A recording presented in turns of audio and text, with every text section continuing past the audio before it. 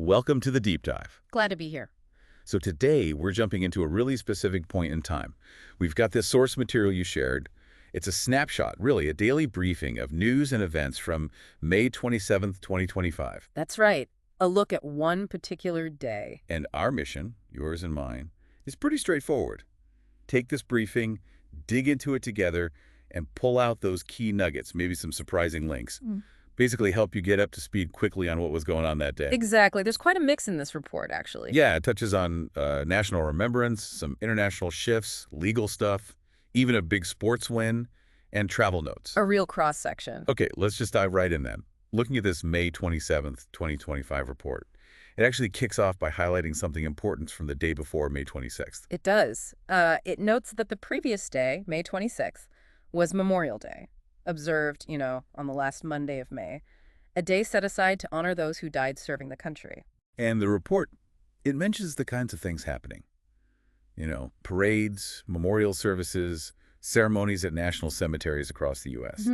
Those solemn observances. It also notes the practical detail. Lots of businesses, government offices, they were closed for the day.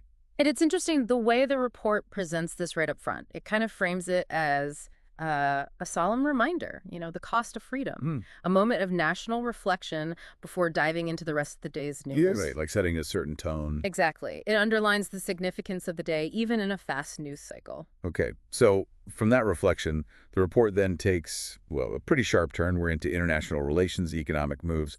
First up, something from the White House about trade with Europe. Yeah, the source says President Trump announced a delay on a proposed 50% tariff on goods from the European Union. 50%.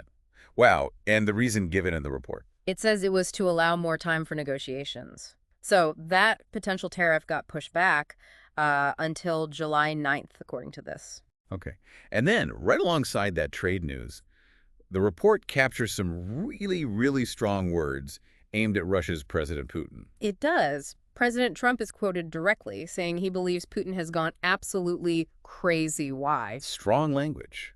And the report adds context. Yeah, it notes this follows recent developments in Eastern Europe and just, the ongoing tensions between the U.S. and Russia at that time. So you've got this economic lever being adjusted on one hand. Right, the tariff delay for negotiation. And then this very direct, critical rhetoric towards a major world leader on the other, all noted in the same day's report. It's quite a combination. Looking just at what the source presents here, it suggests maybe a multi-pronged approach on that day, using economic tools and, very sharp words and international dealings. That makes sense. And then there's another piece here adding a layer.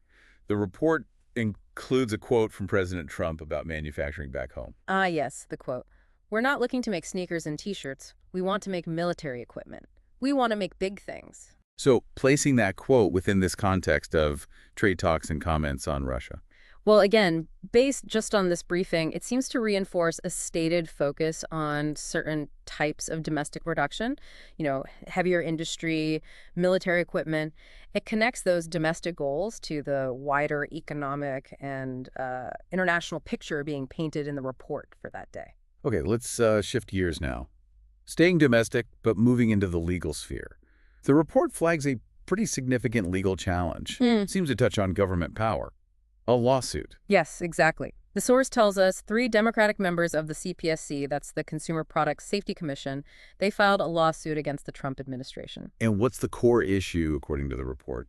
The allegation, as reported, is unlawful termination. They claim they were fired without cause. Okay, and their argument. What's the basis mentioned in the source? Their argument, as laid out here, is that removing them violates specific restrictions. Restrictions on the president's authority to remove members of independent agencies like the CPSC. So this isn't just about these specific commissioners, then? Well, no, not fundamentally. As the report frames it, this legal fight is significant because it really brings up bigger questions about how independent these federal agencies truly are or are meant to be. Right. And it tests the limits, of executive power versus the structure of these independent bodies. The source presents it as a key legal development about sort of the mechanics of government. Okay.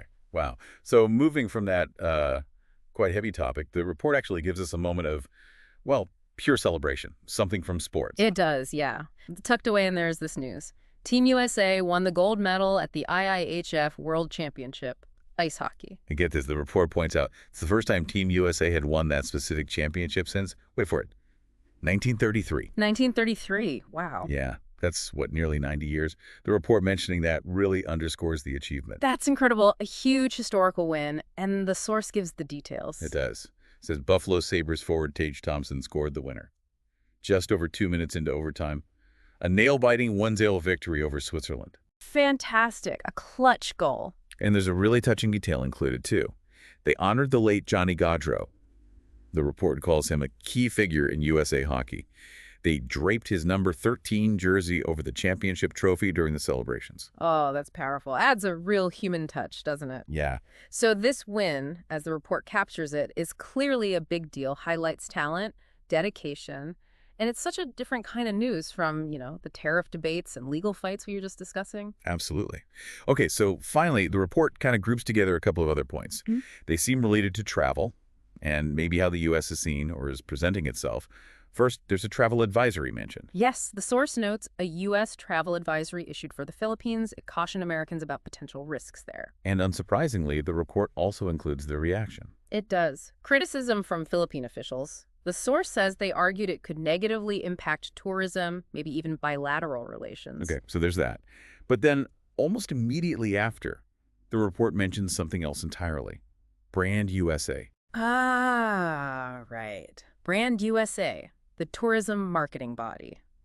The report says they were unveiling exciting new travel experiences for 2025 and even previewing big events and openings planned for 2026. With the goal, the report states, of boosting tourism to the U.S., showcasing attractions within the U.S. So you've got this interesting contrast presented right next to each other in the same briefing. Yeah, one part of the government warning about travel risks in another country, Potentially hitting their tourism. while another part is actively promoting travel to the U.S. It really highlights, just based on this source, the complex and sometimes contradictory nature of it all, doesn't it? International relations, tourism, security concerns, all playing out simultaneously. It definitely does. And that brings us to the end of our deep dive into this specific source, this daily briefing from May 27, 2025. Quite a journey. Yeah, we went from that moment of national remembrance for Memorial Day through some pretty high-stakes international maneuvering and domestic policy fights.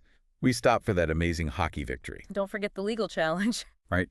The CPSC lawsuit, and then landed on these complexities around global travel perception and promotion, all from one day's report. It really covers a lot of ground, shows you just how many different threads make up the national focus on any given day. Exactly.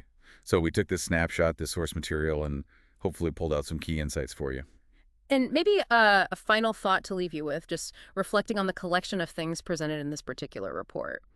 How do all these varied pieces, the solemn holiday, the sharp international comments, the legal battle over agency power, that thrilling sports win, the conflicting travel messages, how do they fit together? Or maybe how don't they fit together? What does this specific mix, as captured in this one source, tell you about the focus and activity of the nation at that particular moment in time? Something to ponder.